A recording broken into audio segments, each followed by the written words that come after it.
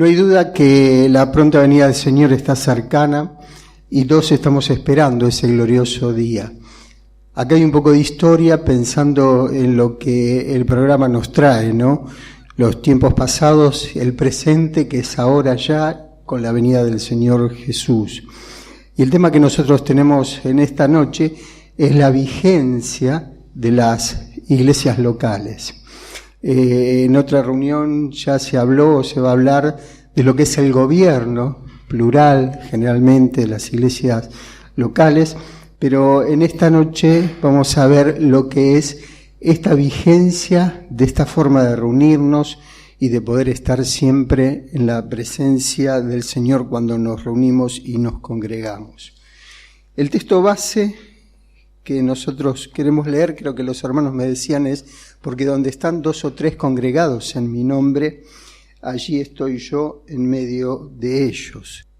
Y un poquito vamos a hacer una distinción de lo que es la palabra vigencia, qué es lo que queremos decir cuando decimos vigencia.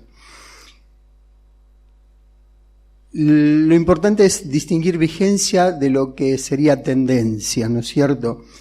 Vigencia es el estado de lo que tiene validez o está en uso en un tiempo determinado. Viene del latín, la forman 3 partículas, el verbo vigere, que se traduce como tener vigor, y esto nos llama mucho la atención, tener vigor.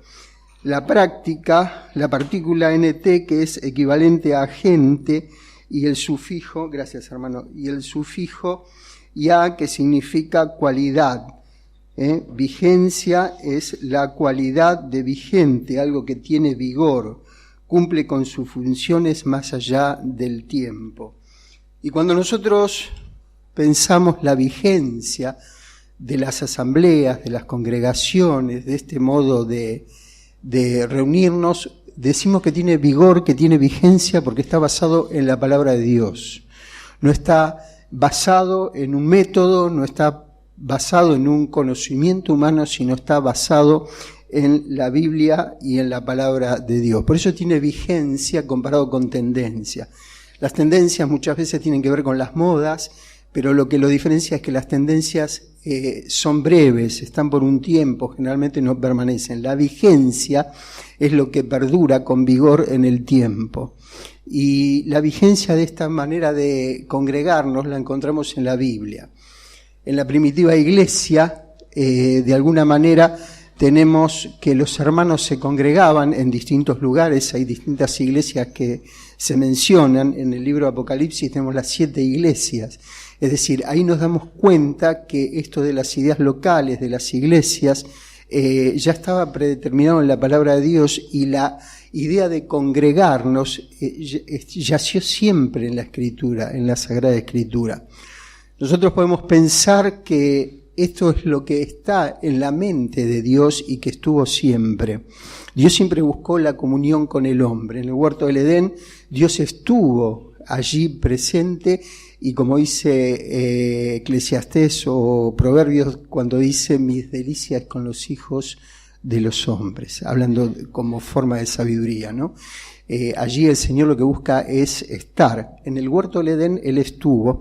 Luego conocemos que vino el tabernáculo, donde la presencia de Dios estaba y el pueblo se reunía para ver y escuchar al Señor y tener la presencia de Él. Luego, más adelante, vino en el templo. Aquel tabernáculo fue el templo, y el templo, ¿no es cierto?, cobijaba la idea de congregarse y estar y sentir la presencia del Señor. Pero también ya llega el Nuevo Testamento, y el misterio que es la iglesia es que ahora el templo es el creyente, a través del Espíritu Santo en nosotros. Y esta forma de congregarnos en iglesias locales es una cosa que la Biblia muestra y que nosotros practicamos, y que no tiene que ver con una idea humana, sino con una idea divina. Ahora, la forma en que lo hacemos, nosotros nos llamamos o nos dicen hermanos libres, pero tendríamos que pensar en asambleas, ¿no es cierto?, que se suele decir la asamblea de los hermanos. Es decir, tenemos el privilegio de seguir lo que la Biblia enseña. Y esto en la primitiva iglesia estaba, después se fue desdibujando, ¿no es cierto? Y ya cuando llega un tiempo, están los hermanos de Plymouth, los hermanos de distintos lugares, de Dublín, en Alemania había otro grupo, que empiezan a esa iglesia que se fue desviando a retomar lo que decían las Escrituras, y sin que haya comunicaciones entre ellos, empiezan a tener este formato de iglesia, ¿no es cierto?, en congregaciones locales. O sea, no fue un método creado por el hombre y un grupo sectario lo empezó a seguir, sino que fueron justamente el descubrimiento en las Escrituras de cómo había que hacerlo y lo empezaron a hacer. A este grupo se lo llamó de los hermanos, o la asamblea de los hermanos, y después devino en lo que conocemos como hermanos libres. ¿Por qué libres? Porque no pertenecemos a un centro, no pertenecemos a una denominación, no llevamos un nombre que nos identifica, ni pertenecemos a un estado clerical o a una cosa vertical a donde tenemos que responder a una cabeza humana, sino que somos asambleas que nos reunimos al nombre del Señor y no queremos otro nombre, porque justamente el centro es Cristo. Después los vamos a ver un poquito en lo que serían las características de los hermanos o de las asambleas comparado con otras cosas como por ejemplo son el sistema clerical y otros que por ahí responden a centros y hay una verticalidad. Nosotros no. Cada asamblea, cada congregación es independiente. Y fíjense que lo sabio de esto es que es obra de Dios, porque en la mente humana esto no cuaja, no es algo que realmente sería importante hacerlo así. El hombre en su mente piensa otra cosa. Busca ejercer el control, se busca una cabeza, se busca una organización, algo piramidal que responda a un centro. Y esto de que las iglesias sean independientes, que no respondan a ninguna denominación, justamente no es como la lógica humana imagina, sino como el método divino que nos hace pensar que ninguno se puede arrogar un sistema de iglesia clerical o piramidal. Y eso es lo que tiene de valor estas asambleas o congregaciones. ¿Cómo puede ser que habiendo tanta variedad de pensamientos, tanta variedad de culturas en una congregación, pueda marchar unánime en propósito conforme a lo que está en la Biblia? Es casi imposible de imaginarlo desde la estructura mental del hombre. Pero bajo la revelación divina nos encontramos que congregados en su nombre, Él está en medio de nosotros y Él pasa a ser la autoridad a través del Espíritu Santo.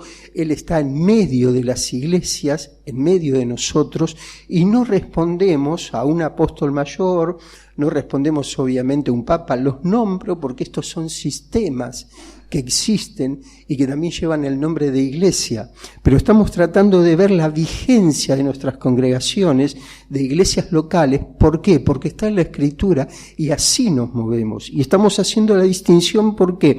Porque la mente humana busca organizar, busca contener, busca dominar.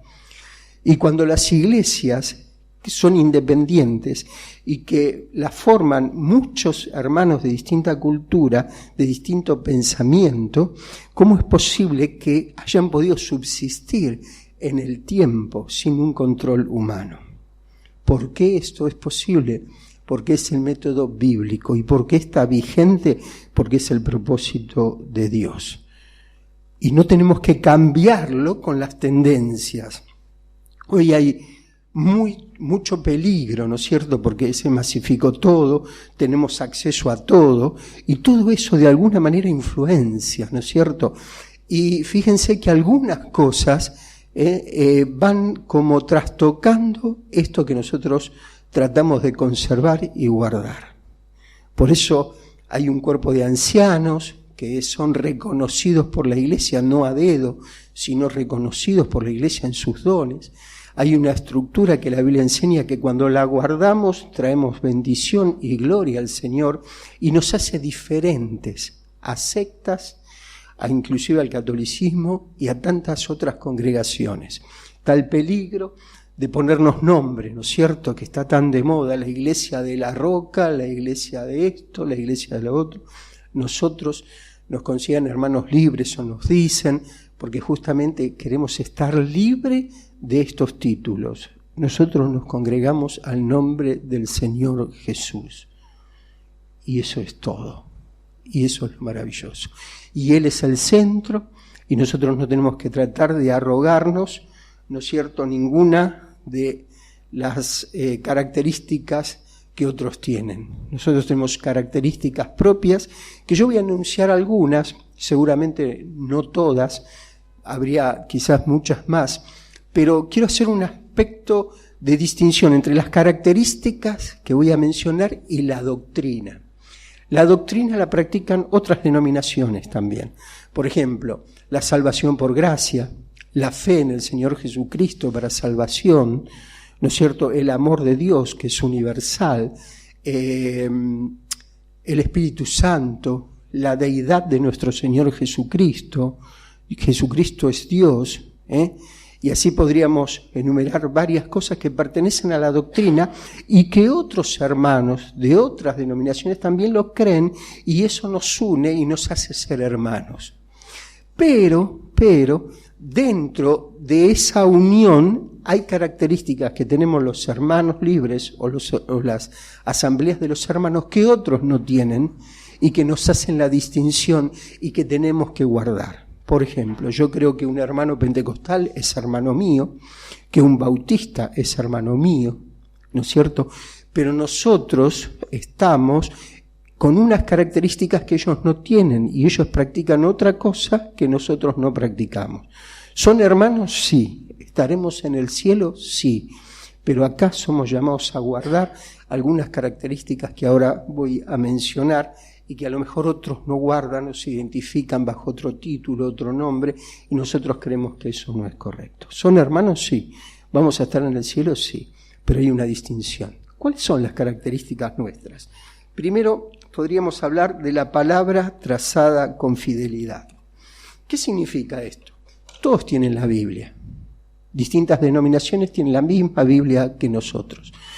Ahora, ¿por qué hacen diferencia en cosas? Porque nosotros, hermanos, sin elevarnos ni creernos superiores a nadie, ustedes lo habrán notado, tratamos de tomar la Biblia de Génesis al Apocalipsis. No sacamos un texto fuera de contexto que luego se transforma en un pretexto. Nosotros buscamos justamente a través de toda la Biblia el pensamiento uniforme, ordenado, que tiene armonía de toda la Escritura. Entonces, no nos anclamos en determinados versículos, ¿no es cierto?, y de ahí elaboramos una teoría. No, buscamos toda la Biblia. De hecho, que cuanto más la conocemos y a veces tuvimos una idea errónea, la Biblia nos muestra en todas sus páginas otra cosa y la abandonamos. No persistimos, no tomamos parte de la Biblia para afirmar cosas, sino que buscamos toda la Biblia completa, el canon bíblico, para entonces sí practicar lo que está en orden y en comunión. ¿Por qué digo esto? Por ejemplo, el libro de los Hechos de los Apóstoles es un libro narrativo, es decir, cuenta lo que pasó. Ahora, cuando nosotros vamos a la Escritura y decimos, ¿qué tenemos que practicar?, lo encontramos en las epístolas, que es la doctrina. El libro de los Hechos nos cuenta, es narrativo, pero las epístolas nos dan la doctrina de lo que nosotros tenemos que practicar. Ahora, si ustedes se fijan en Hechos de los Apóstoles, dicen que bautizaban en el nombre de Jesús. Y hay ramas de hermanos creyentes de otra denominación que toman ese texto y solo bautizan en el nombre de Jesús. Y ellos dicen, ¿están en la Biblia? Sí, claro, está en la Biblia, está en el libro de los Hechos. Pero ¿qué dijo Cristo y qué enseña la doctrina? Que el hombre, una vez convertido, se tiene que bautizar en el nombre del Padre, del Hijo y del Espíritu Santo. Es decir, hay cosas que están en la Biblia, pero que las tenemos que ver a la luz de toda la Biblia y de todo el contexto. Por ejemplo, Caín mató a Abel. Está en la Biblia. ¿Qué quiere decir? ¿Que yo puedo matar a mi hermano? No. Es obvio, ¿no es cierto? Pero esto nos sirve para darnos cuenta que tenemos que tomar todo el canon bíblico para no equivocarnos. ¿Quién puede contradecir, por más que la Iglesia en un momento lo haya practicado, cuando Cristo dijo que hagamos discípulos y los bauticemos en el nombre del Padre y del Hijo y del Espíritu Santo? Es decir, es una cosa clara que está en toda la Biblia, y porque haya un versículo allí que a lo mejor fue lo que practicaron en un momento por alguna razón, no lo sabemos, la Biblia no lo dice, no vamos a cambiar todos los otros textos. Esta es una característica de los hermanos libres: tomar la Biblia en su totalidad, y no como otras denominaciones que toman partes y le dan más énfasis al espíritu o determinadas cosas o el bautismo y tantas otras. Esto es una característica de los hermanos, que encontramos en la Biblia la vigencia de un mensaje completo, desde Génesis al Apocalipsis. Otra cosa es que Jesucristo es el centro de reunión de su pueblo.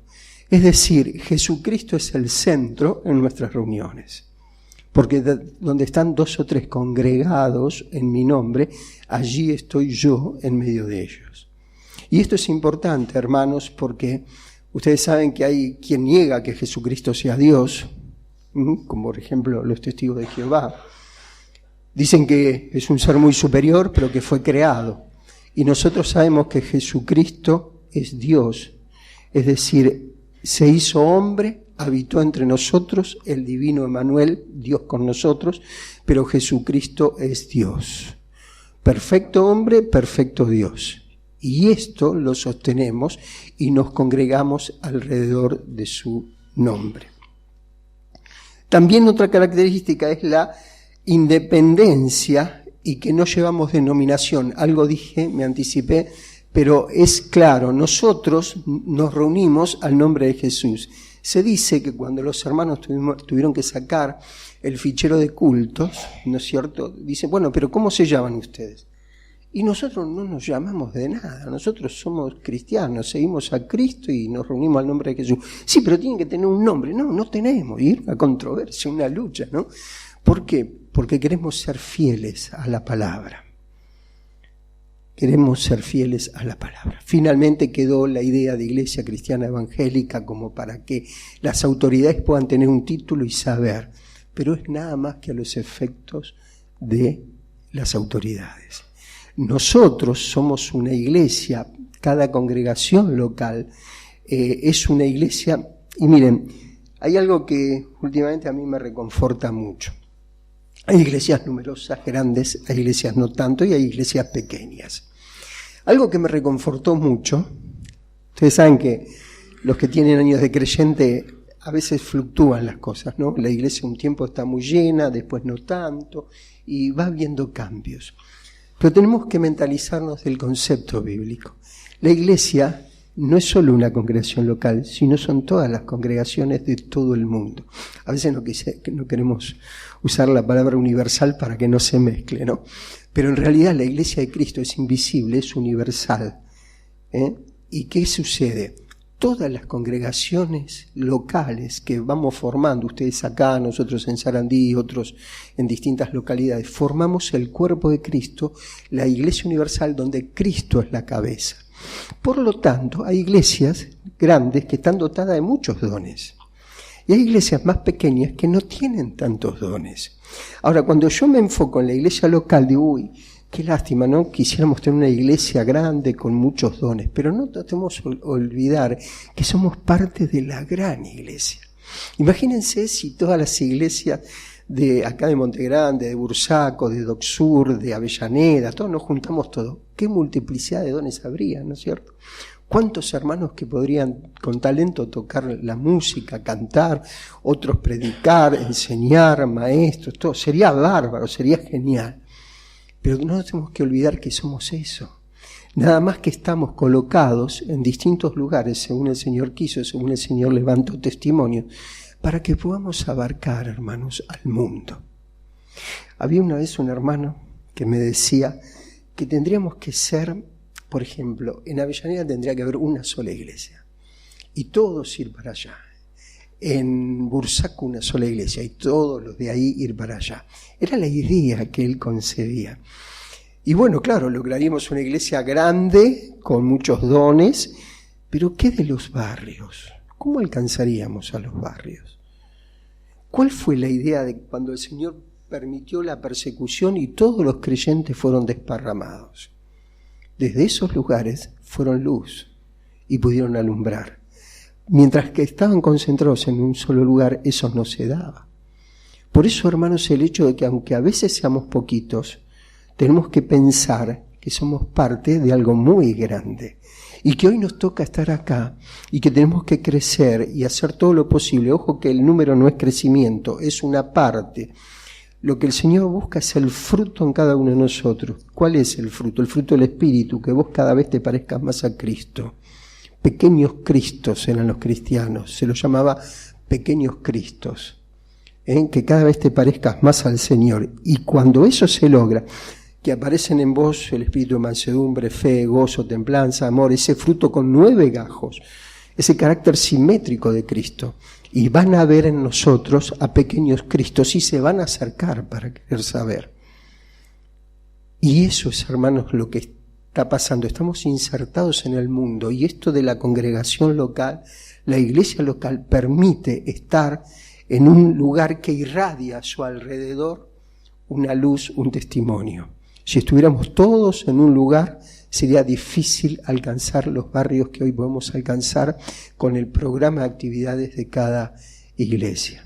Somos independientes, no tenemos denominación, estamos diseminados en distintos barrios y formamos la Iglesia Universal de Cristo. Pero cada uno tiene que estar en el lugar trabajando, queriendo que la iglesia crezca, haciendo todo lo posible, pero saber que estamos sirviendo al Señor y cumpliendo el mandato divino de congregarnos a su nombre. Las iglesias que nosotros formamos no son una afiliación, sino más podríamos decir una confraternidad. Nadie se afilia a una iglesia. Todos llegamos, ¿no es cierto?, por la fe en el Señor Jesucristo, por la regeneración del viejo hombre, teniendo el perdón de pecados, la santificación, una nueva criatura, y eso nos hace parte de un cuerpo. No estamos dentro de un club, no estamos dentro de una fraternidad que podemos decir un grupo de personas que se juntan con buenos fines. No. Hay algo que nosotros no nos damos cuenta. En la iglesia encontramos distintas personas de cultura, estatus, de distintas cosas, pero somos uno. Puede haber un médico, un barrendero, un remisero, puede haber un erudito, puede haber un hombre en ciencia, pero nadie trae los títulos. Nos reunimos al nombre del Señor, Él es el centro y todos nosotros empezamos con una funcionalidad, interactuar de una manera maravillosa. Esto se logra solo en la iglesia. Una sola vez vi algo parecido, pero que lejos está porque ahí no había. Había una empresa que ustedes quizás la han conocido, una empresa, voy a dar el nombre porque estamos en familia, Amway. Hay otras que también usan el sistema. Es un sistema americano donde usted entra a una organización y si usted trae personas va creciendo en la organización. Hasta muchos hermanos entraron y estuvieron. De tal manera que algunas, en este caso era de productos, y era todo lo que usted compra, reemplazarlo por los productos de esta empresa que eran mucho mejor, rendían mucho, eran muy concentrados, y eso hacía que usted ejerza un consumo, la empresa creciera, pero usted iba creciendo no por las ventas, sino por la gente que traía. Cuanto más gente traía, usted más arriba llegaba y participaba de las ganancias. ¿Qué era lo que había en ese grupo? Médicos, barrenderos, estudiantes, todo. ¿Y saben lo lindo? Que todos estaban preocupados por el otro, porque si al otro le iba bien, a mí me iba mejor. Es decir, yo traía a alguien y me desvivía en ayudarlo, porque si a él iba bien, a mí iba mejor porque estaba en un rango más arriba. Y así todos trabajaban, en definitiva, para sí, ayudando a los demás. Fue algo parecido que yo vi. Había un buen clima, había alegría. Alguien me dijo, esto me cambió la vida. pero nosotros que somos de Cristo sabemos que es una vanidad ilusoria. Pero me llamó la atención el clima que se vivía. Y yo me acordaba de la iglesia, y a alguno le testifiqué también, diciéndole qué distinto es. Parece lo mismo, hay un muy buen clima, pero en la iglesia hay algo mejor.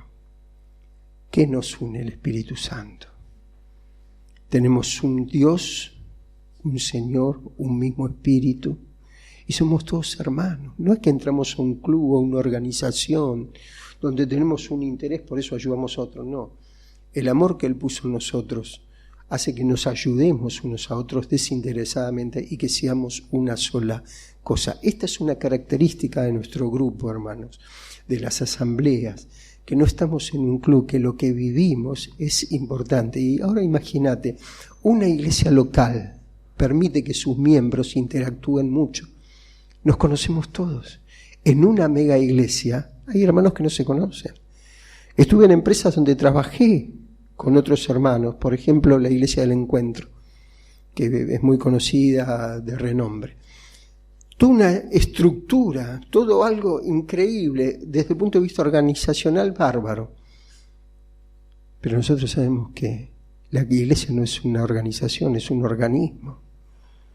Es algo vivo, donde Cristo es la cabeza. Y nosotros interactuamos por medio del Espíritu, y el amor que Él puso en nosotros hace que nos amemos y que haya esa cohesión, esa fraternidad que no se ve en otro lado. Y tenemos que aprender, hermanos, a valorar las congregaciones que tenemos. Cuando vemos lo que hay del otro lado, sin entrar en una crítica, sin buscar un exclusivismo ni nada por el estilo, tenemos que dar gracias a Dios por lo que hay. Cometemos errores, seguro, pero que el Señor está en medio nuestro y que Él es el entronado, no en todas. Hoy hay iglesias que son un show, y ustedes lo saben. Son una venta de ministerios. Y que de alguna manera se hace mucho para figurar. Y uno se pregunta, ¿y dónde está la gloria de Cristo? Si ustedes hoy se van con mi imagen, fue un fracaso. Si cuando viene otro predicador piensan en el predicador, es un fracaso, hermanos. Lo que tenemos es que ver a Cristo a través del hermano, a través del mensaje. Sentarme en un banco y escuchar atentamente para ver qué me quiso decir hoy el Señor. Así funcionaban las iglesias al principio, cuando el Señor era el centro y de alguna manera se vivía ese primer amor. Dice la Biblia que tiene oídos para oír. Oiga. Aferrémonos a esto, hermanos, que es tan lindo. No hay clero entre nosotros como la Iglesia Católica Apostólica Romana. Ustedes saben que Católica Apostólica Romana significa católico universal, apostólico que está basado en la doctrina de los apóstoles, y romana porque depende de Roma. Nosotros sabemos que puede haber algún salvo entre esa organización, pero sabemos que no tiene nada que ver con nosotros. En nosotros no tenemos un sistema clerical donde hay una cabeza, ordenación y todo, no. Somos hermanos que nos reunimos sencillamente al nombre del Señor y Él es el centro. Y no tenemos un apóstol mayor como tienen algunos grupos evangélicos. No tenemos todo un ordenamiento clerical, no. Somos hermanos sencillos que nos reunimos al nombre del Señor y le damos gloria a Él. ¿Por qué? Porque menos nosotros y más Cristo.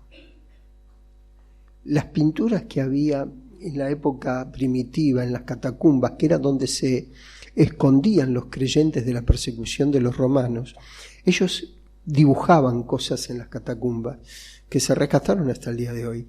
Y saben que todas las pinturas eran narrativas. Es decir, pintaban la escena del Señor y se veía un centro en la mesa con los símbolos y los hermanos alrededor, pero usted no distinguía los rostros. No distinguía los rostros. Todo lo contrario al mundo, a Grecia, al helenismo. ¿Se acuerdan ahí? Toda exaltación de la persona, del rostro, de las facciones, de la vanidad. Los cristianos estaban en esa. Pintaban las pinturas y eran narrativas, hablaban de algo, de un centro, los símbolos, Cristo, ¿no es cierto? Y todos reunidos a su alrededor. Cuando perdemos la visión y nos transformamos en el centro nosotros, el Señor queda relegado. Por eso tenemos que ser sencillos, humildes, y que toda la gloria se la lleve el Señor, no nosotros. Y esto no lo vemos en ciertas denominaciones, por eso es una característica de los hermanos esa. Otra característica, la cena del Señor semanal.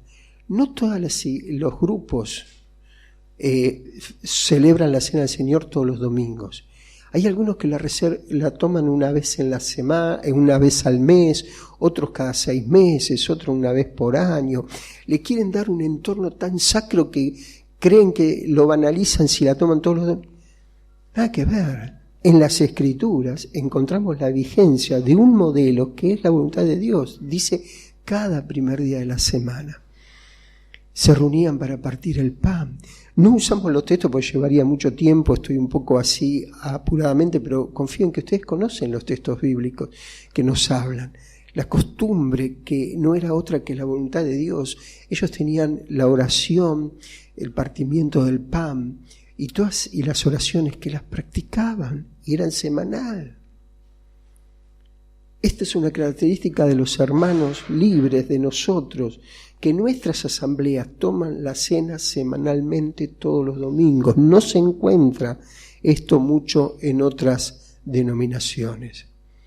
Por eso digo, no estamos hablando de la doctrina en cuanto a lo que es la doctrina básica de la salvación y de tantas cosas, sino de características, que ellos tienen la misma Biblia, pero no la practican como nosotros la estamos practicando. No es que seamos superiores, sino que tratamos de obedecer al Señor. Nadie se crea que porque está entre los hermanos libres es mejor que todo, no. Hay grandes siervos, grandes hermanos en otras denominaciones, pero nosotros guardamos estas características y hacemos bien. Son características, como decía, que no son tendencias que duran un poco de tiempo, son características que tienen vigencia y las estamos practicando porque tienen vigor, están en las Escrituras y hacemos bien en guardarla. Con respecto a las finanzas, es otra característica de nuestro grupo, que no tenemos pastores rentados a sueldo, sino tenemos ofrendas que sostienen a hermanos, en el caso de misioneros o en el caso de necesidad. Y esto es muy liberador, hermanos, porque muchas veces uno dice, tengo que trabajar tanto que no puedo atender tan bien la obra. Y es cierto. Hoy las crisis económicas hacen que tengamos que trabajar más, y la obra se resiente. Hay grupos que, de nuestra denominación hablo, de nuestros hermanos libres, que ya no tienen reunión en la semana. La reunión de oración de la semana la pasaron al sábado, porque no venía la gente. ¿Por qué? Por la gran cantidad de horas de trabajo, cansada y todo. Obviamente cada congregación, su gobierno, será responsable delante del Señor, si está haciendo bien o está haciendo mal. Y de ahí a veces nace la idea de que ciertos siervos tendrían que estar rentados, pagados, ¿no es cierto?, para que puedan hacer mejor la obra. No es una característica de los hermanos libres. Nosotros pensamos que la iglesia es responsable en su ofrenda para sostener a aquellos hermanos que trabajan, y si sale un hermano de la propia congregación, la iglesia tiene la responsabilidad de sostenerlo. Después tenemos, por ejemplo, FEMA, que ayuda para aquellos hermanos que no eran conocidos. Entonces un siervo conocido recibía muchas ofrendas, el que no era conocido, que estaba en el norte, pobrecito, no recibía mucho. Entonces FEMA acomodó un poco las cosas. Pero lo cierto es que ese dinero no es un sueldo. Que alguien diga, hay un contrato donde haya un sueldo mensual. En algunos grupos en Estados Unidos esto es muy común. Si usted toca el órgano y lo toca bien, le dan un dinero por ello. Y así distintas cosas. Claro, es otra sociedad, tiene otro nivel económico, ¿no es cierto? Pero ¿qué pasa cuando alguien es rentado? Se crea un lazo. Muchas veces se somete a quien hizo el contrato y le paga, no teniendo la libertad plena, a lo mejor para hacer otra cosa. Entonces crea una dependencia que muchas veces de hecho ocurre. Entonces, una cosa es que alguien reciba una ofrenda porque está sirviendo al Señor y otra cosa es que tenga un contrato y una renta mensual. No es el método bíblico ese, sí el de ofrendar a aquellos que sirven. ¿Y saben qué es maravilloso, hermano? Cuando nadie sabe la necesidad que usted está pasando, pero Dios sí. Y usted espera en Dios, no en el hermano, no en el contrato que se comprometieron a pagarle mensualmente, sino en el Señor. Y viene un hermano y usted no sabe por qué y le da una ofrenda. Y usted 2 días antes estaba pensando, ¿cómo hago con esto? ¿Cómo resuelvo esto? Y viene un hermano que ni sabía, de otra congregación, ni enterado, y le da una ofrenda. ¿Qué le mueve a usted? ¿Una gratitud a quién? Señor, si yo no hablé de mi necesidad, yo no lo... Ustedes saben que la psiquis humana, la carnal, es muy hábil, muy astuta. Muchas veces se tiran cosas para que haya un retorno. No sabe qué mal la estoy pasando. Y a lo mejor el hermano lo está diciendo con verdad, pero también con el motivo de despertar a alguien. Y pierde ese encanto cuando nadie lo sabe y el Señor lo sabe y se lo alcanza. Y eso mueve la gratitud a Dios y ve la fidelidad del hermano, porque él no le dijo nada a nadie. ¿Y cómo? ¿Por qué hizo esto? Porque está en comunión con Dios. Y usted que no lo dijo a nadie, está en comunión con Dios y lo recibe asombrado. ¿Y a quién le da gloria tanto uno como el otro? Al Señor. Y esto, hermanos, era lo que practicaban nuestros hermanos en el pasado. Depender del Señor. Hoy se hace mucho lobby, hoy hay muchas maneras de vender el ministerio, de venderse uno. Y la gloria queda acá. Y cuando vos te lo conseguís por mérito propio, por influencia, por capacidad de llegar y de conmover, te queda ese sabor de que te lo dio el Señor o lo procuraste vos. Pero cuando viene milagrosamente de parte del Señor, es una confirmación a tu oración. Hay una confirmación de la fidelidad del hermano que no sabía nada y cómo pudo hacer esto. Y esto, hermanos, tenemos que creerlo y vivirlo y confiar. El Señor está en medio nuestro. Ah, sí, teológicamente está en medio nuestro. Pero vos cuando te sentaste hoy, ¿pensaste que el Señor está acá mirándote? Cuando vayamos a salir, ¿pensamos que acabamos de estar con Cristo? ¿O nos hemos acostumbrado a la rutina de una reunión que ya sabemos cómo funciona, que primero canto, esto, lo otro? Tengo que venir a saber que está el Señor, porque Él está dentro mío siempre. Está en mi casa, dentro mío siempre, a mi lado y en mí, la verdad neotestamentaria, Dios con nosotros y en nosotros. Pero cuando yo me reúno como congregación, la congregación de los santos, Él se revela de una manera especial. En este amor que Él nos puso y que nos motiva a amarnos, no nos conocemos y de repente es como si nos conociéramos desde siempre, ¿no? Es algo especial, distinto. Yo puedo orar en mi casa, leer la Biblia en mi casa, pero la Biblia a través de todos los tiempos, de Génesis y Apocalipsis, como decíamos, nos enseña a un punto de encuentro, de congregarnos. Esto que dejes tus actividades y vengas a tal hora a hacer la obra del Señor, a estar con los hermanos, ¿cuánta bendición encierra? ¿Cuánto nos mueve? ¿Cuánta movilización hay? ¿Qué estarías haciendo hoy en tu casa? Mirando la televisión, llenándote de tantas cosas, pero dejaste todo para venir. Disfrutá de la presencia del Señor. ¿Cuántas veces sentado en un banco, escuchando al predicador, el Señor me dio la llave de los candados que tenía que abrir en la semana? y el Espíritu Santo tomará de lo de él y os lo hará saber. ¿Y cuántas veces el Espíritu pone en tu mente que ya lo olvidó aquello que dijo el predicador y que es la salida a la crisis o al momento que estás viviendo? ¿Cuántas veces? Eso nos muestra que Él es real, hermanos. No le vemos, no le palpamos. No sé si está acá, allá, a tu lado, no sé, pero está en medio, dice la Escritura. Y quizás está acá apoyado mirándome lo que yo digo. Tenemos que tener esa característica de saber, no dependo de los hombres, no dependo de mi habilidad, dependo de Cristo. Me congrego sabiendo que Él me va a hablar. Vengo a escucharle, también a pedirle, también a agradecerle. La cena del Señor es el momento maravilloso, maravilloso. Ahí no vamos a pedir, vamos a agradecer. En una reunión como de hoy venimos a aprender. En una reunión de oración venimos a clamar, a dar gracias. ¿Te imaginas el potencial que eso significa? ¿Cuánto nos llena el Señor en estas conferencias? ¿Cuánto nos enriquece?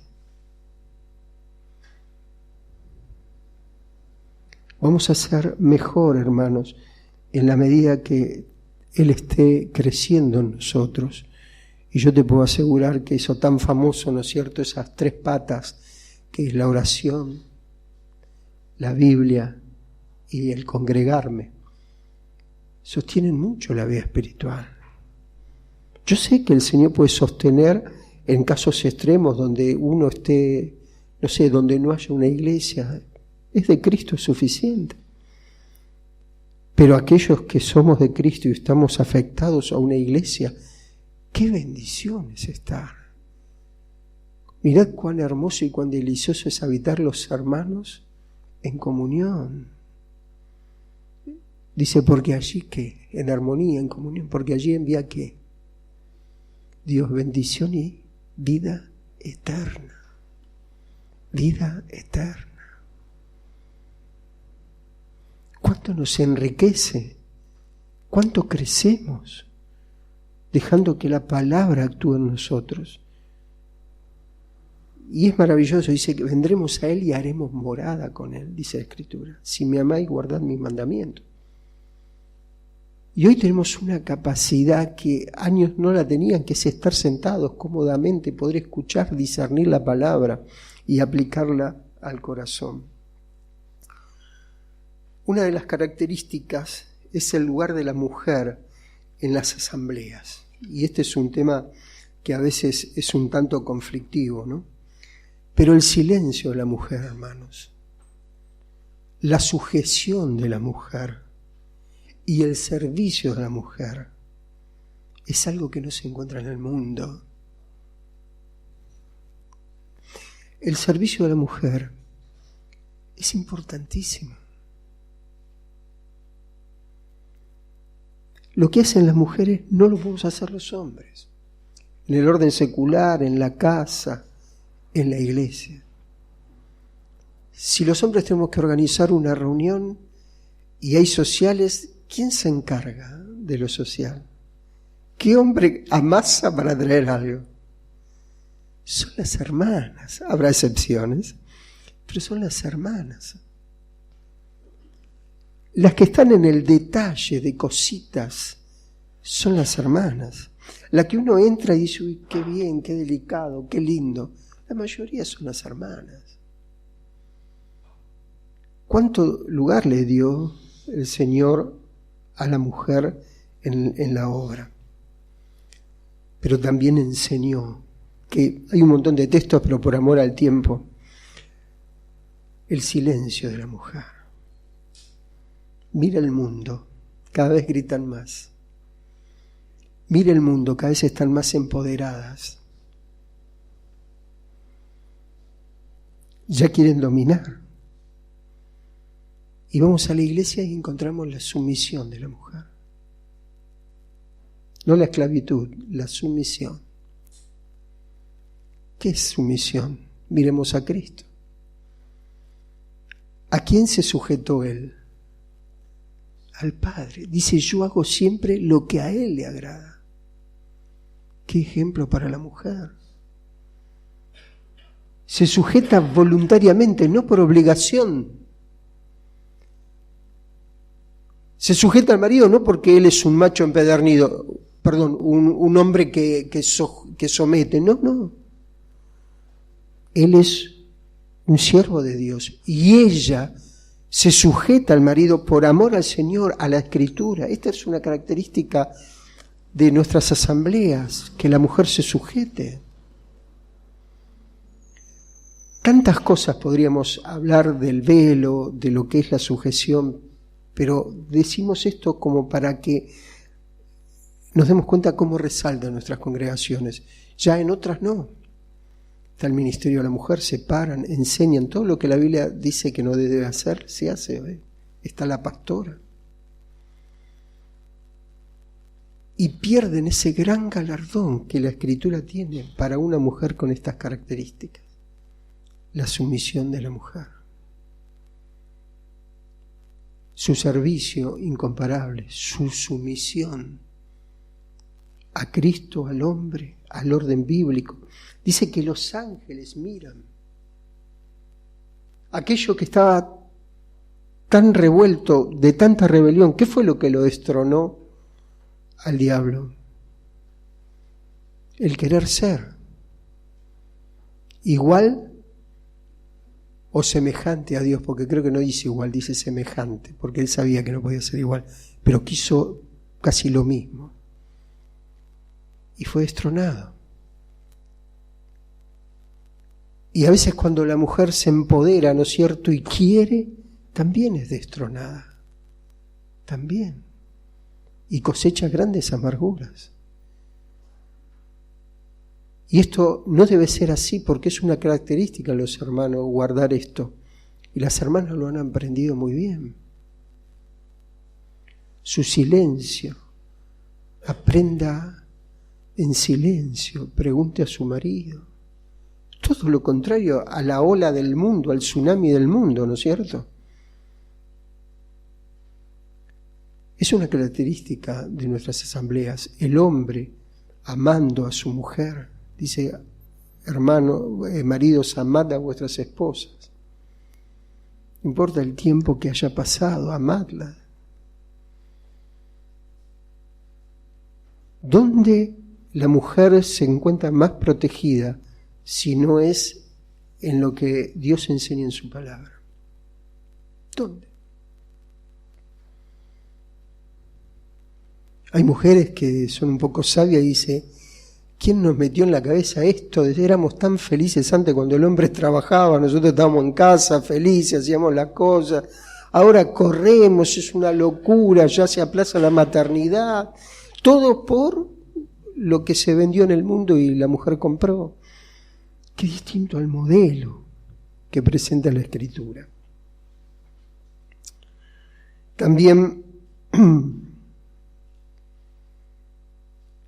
la obra misionera es una característica de los hermanos libres. No es que en otras denominaciones no las haya, sino la ordenación, lo que la Biblia enseña, para que un hombre salga a la obra confiando en el Señor, sosteniéndose en el Señor. Es milagroso, hermanos.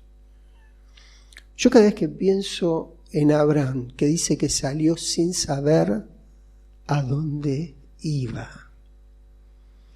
Un hombre que tenía una empresa, que seguramente debía ser muy organizado, y había ido bien, tenía una fortuna. Y escucha una voz de un Dios que lo llama, que le dice, vete de tu tierra y de tu parentela. Y tenía todo montado. Y dice que salió sin saber a dónde iba.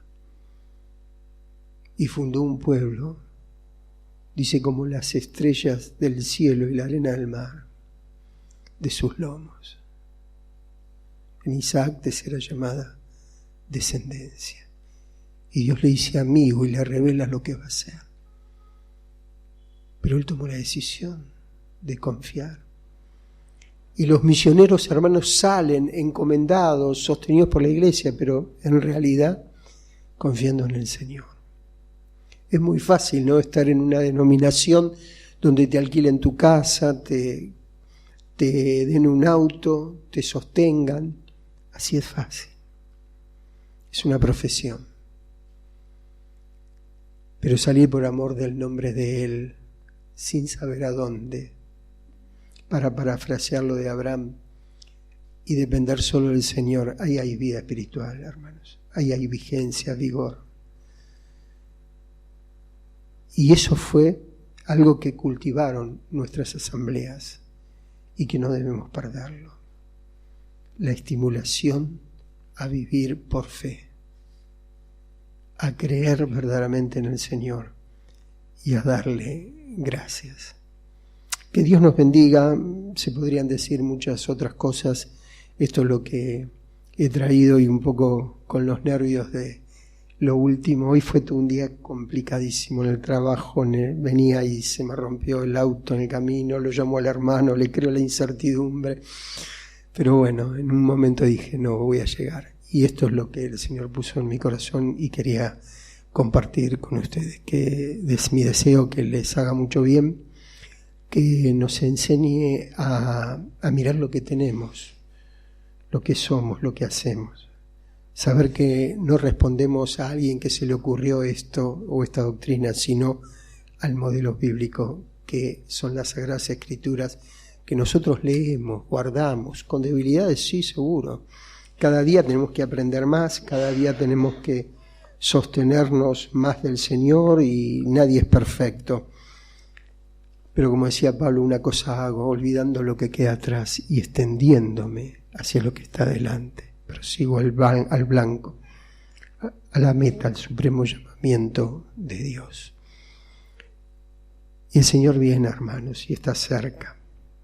Y qué lindo que es que no encuentre nuestras manos vacías, sino hombres con convicción, que están reunidos porque tienen convicción de lo que hacen, que están, por decirlo así, en este grupo porque entienden que este grupo traza bien la palabra de Dios. ¿Y qué nos falta? Ese fervor, hermanos, de saber que estamos. Antiguamente, cuando comienza el movimiento de los hermanos, venían de otras denominaciones a reunirse con nosotros por cómo se trazaba la Biblia y cómo se enseñaba. Salían de otras denominaciones para venir a aprender estas características de los hermanos libres y se congregaban con nosotros. Y uno dice, ¿qué nos pasó, no? Hoy estamos mirando lo que hay afuera, esas luces. Hoy ya todo lo que es evangélico ya está mimetizado, ya no sabemos. Y algo que se me pasó, hay una iglesia, hermanos, profesante, donde adentro están los verdaderos creyentes. Por ejemplo, todos los que estamos acá. Quizás no todos sean salvos, o sí, no lo sabemos. Al que no le ha amanecido, tiene una lucha en su interior y todo lo que escucha siempre lo está golpeando, lo está llamando, le está haciendo en su interior un escozor, hasta que se convierte o se va. Pero cada vez hay más profesantes que no son salvos, al punto tal que influyen en el grupo, porque uno a lo mejor los cuenta como tal. Y esto es una característica también de los últimos tiempos. Y yo no sé si hasta incluso hay líderes que no son convertidos. Parece que no debiera ser, pero no sabemos. No sabemos. Entonces, amemos lo que la Biblia nos enseña y cómo lo practiquemos y confiemos y sin creernos exclusivistas, superiores ni nada, sepamos que estamos guardando bien lo que hacemos y no tengamos miedo de confrontar si fuera necesario con alguien, porque tendremos que contender ardientemente por la fe que una vez fue dada a los santos. ¿Y cuál es esa fe? Este cuerpo de doctrina. No es solo la fe que creo y me salvo, sino también la conducta que tiene que ver con el cuerpo de doctrina y cómo me manejo, la fe que una vez fue dada a los santos. Y que salgas con convicción de decir, estoy practicando lo que Dios quiere. No lo que un grupo clerical me enseñó y que después encuentro errores por todos lados, sino lo que dice la Escritura. Lo que dice la Escritura. Y cada uno de nosotros tenemos que tener esa convicción y llevarla adelante, hermanos. Y si estamos frente a un pentecostal, a un bautista, a un católico, lo que fuera, abrirle las Escrituras. No somos los equivocados nosotros, son ellos. Lo que está acá es lo que practicamos. Y eso prevalece y tiene vigencia. Que Dios nos bendiga.